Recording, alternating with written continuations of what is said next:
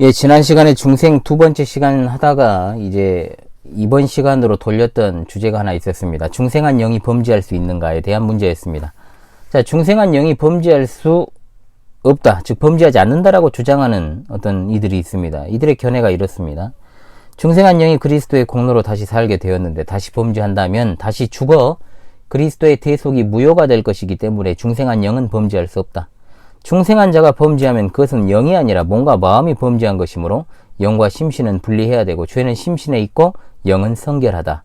믿는 사람은 영혼만 구원받았고 육의 구원은 받지 않았으므로 그의 심신은 중생한 영의 지배로 날마다 새로워져야 한다는 것이 그들의 주장의 요지가 되겠습니다. 그들이 주요 구절로 사용하는 본문이 있죠.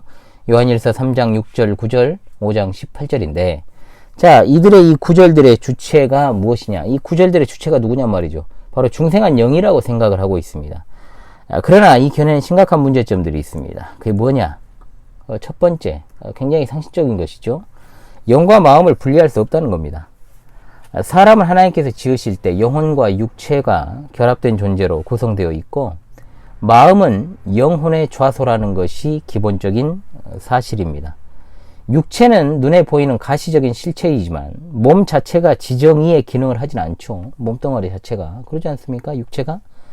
인간은 영혼과 육신의 결합체이기 때문에 인간의 마음 또한 영육의 결합체에서 생성된 마음이고 이것의 분리는 무엇뿐입니까? 죽음뿐입니다. 그러므로 영과 마음을 갖다 구분지어 가지고 그 성격을 논한다는 것 자체가 어불성설이다. 두 번째입니다. 근거로 제시하는 요한일서의 관련 구절들 3장 6절 9절 18절의 말 5장 18절의 말씀이 이 해석이 바르질 않아요. 요한일서에 나오는 구절들은 실상 중생한 영에 대한 문제가 아니라 중생한 사람이 범죄하지 않고 의를 행하는 것에 관한 문제라는 사실을 알아야 됩니다.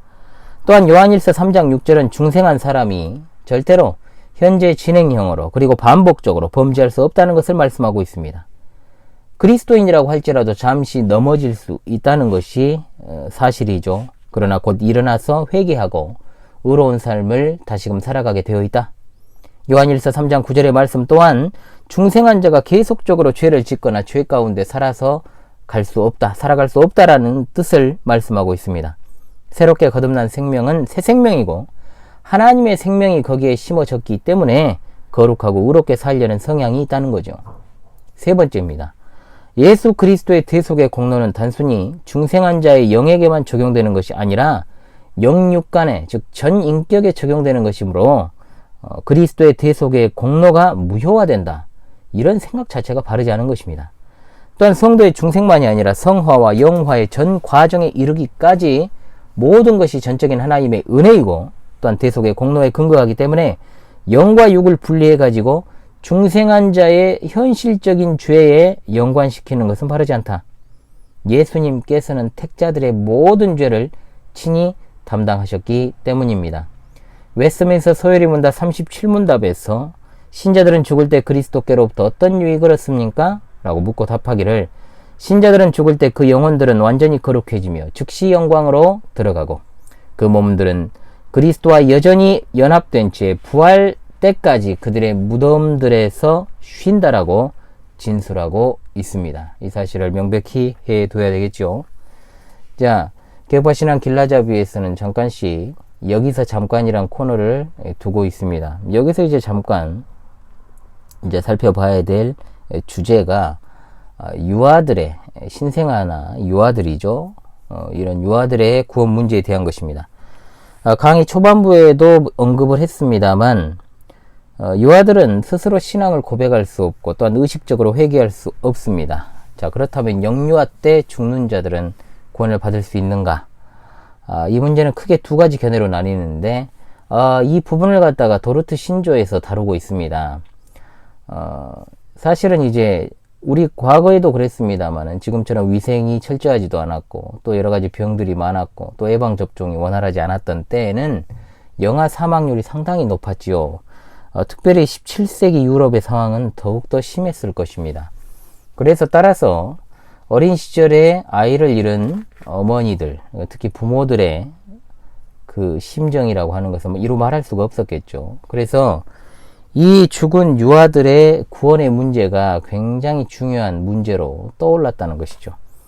자, 그러나 이 문제에 대해서 크게 이제 두 가지 견해로 나뉜다고 하지만 무엇이라고 딱 부러지게 단정할 수는 없다. 이것을 이제 전제로 말씀을 드리도록 하겠습니다. 자, 첫 번째입니다. 모든 영유아들이 구원받는다라는 주장이 있습니다. 원죄를 부정하는 펠라기우스주의자들, 알미니안, 그리고 심지어 개혁파 일부에서도 주장하는 내용이 되겠습니다. 찰스 하치는 말하기를 유아 때 죽는 모든 사람이 구원받는다는 것이 복음주의적 개신교인들의 공통적 교리라고 주장을 했습니다. 근거 구절로 이제 로마서 5장 18, 19절을 드는데 그러니까 찰스 하치의 견해는 그것입니다. 하나님의 나라의 이제 기업을 받을 수 없다라고 명백하게 성경에 드러난 자들 외에는 다 구원을 받는다라는 것이 이제 당연한 이제 이치가 아니겠느냐, 이런 식의 이제 주장입니다. 물론 모든 영아들이 구원을 받는다라고 해버리면 이 주장은 보다 우리들의 정서에 부합이 됩니다. 그러나 성도는 어떻습니까? 무엇이 성도입니까? 언제나 성경적으로 판단을 내려야 되기 때문에 이 주장은 분명 오해의 소지가 많을 수 있다 라는 것을 말씀을 드리고요. 자, 두 번째 견해가 있습니다. 이 뭐냐? 하나님의 택함받은 유아들만 구원을 받는다라는 주장입니다. 성경은 언약의 자녀가 아닌 불신자의 자녀들의 영아에 대해서는 침묵합니다. 분명히 언약의 자녀들에 대해서는 말씀을 하고 있죠. 선택은 하나님의 주권입니다. 그렇기 때문에 유아들이 어떠한 신앙 행위를 한 적이 없음에도 불구하고 하나님의 언약에 입각해서 구원해 주신다라는 것이 성경 전체의 진리 체계에 부합이 되는 것이다. 그러나 불신자의 자녀에 대해서는 어디에서도 언급하고 있지 않기 때문에 그들이 아무런 죄악된 행위를 하지 않았다고 할지라도 구원을 받는다라고 주장해버리는 것도 바르지 않다는 것이죠. 자, 왜냐?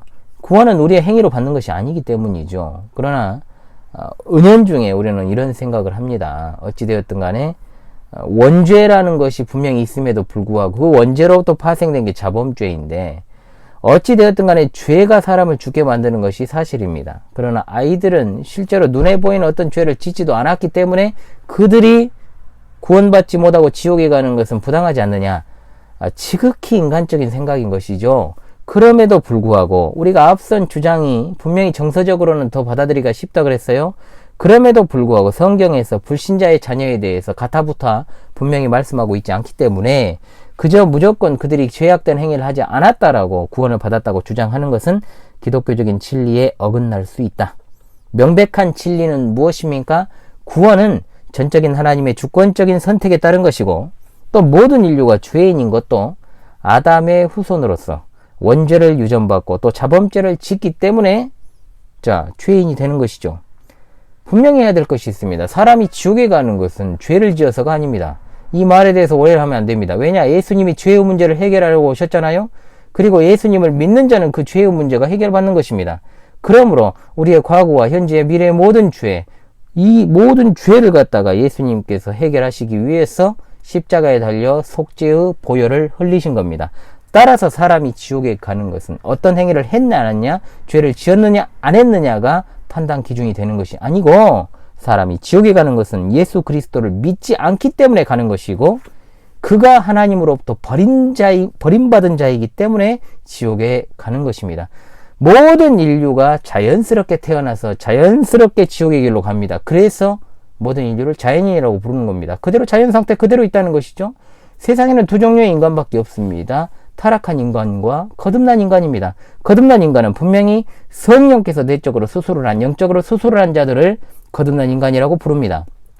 모든 인류가 사망으로 가고 있을 때 그 가운데 일부를 택하셔서 그들을 예정하시고 구원으로 이끄신다라는 것이 성경의 진리 아니겠습니까? 사람이 지옥에 가는 건 예수님을 믿지 않아서이고 하나님으로부터 버림받았고 선택받지 못했기 때문에 지옥에 가는 것입니다. 따라서 이 유아들의 구원 문제에 있어서도 섣부른 판단은 금물입니다. 우리는 오직 성경에 입각하여 모든 것을 판단하고 신중하게 결정해야 하기 때문입니다. 자, 이번 시간 조금 길어진 측면이 있습니다. 자, 우리가 중생에 대해서 지금까지 살펴봤습니다. 다음 시간에 찾아뵙도록 하겠습니다. 나를 구원하신 우리 하나님 참으로 감사합니다.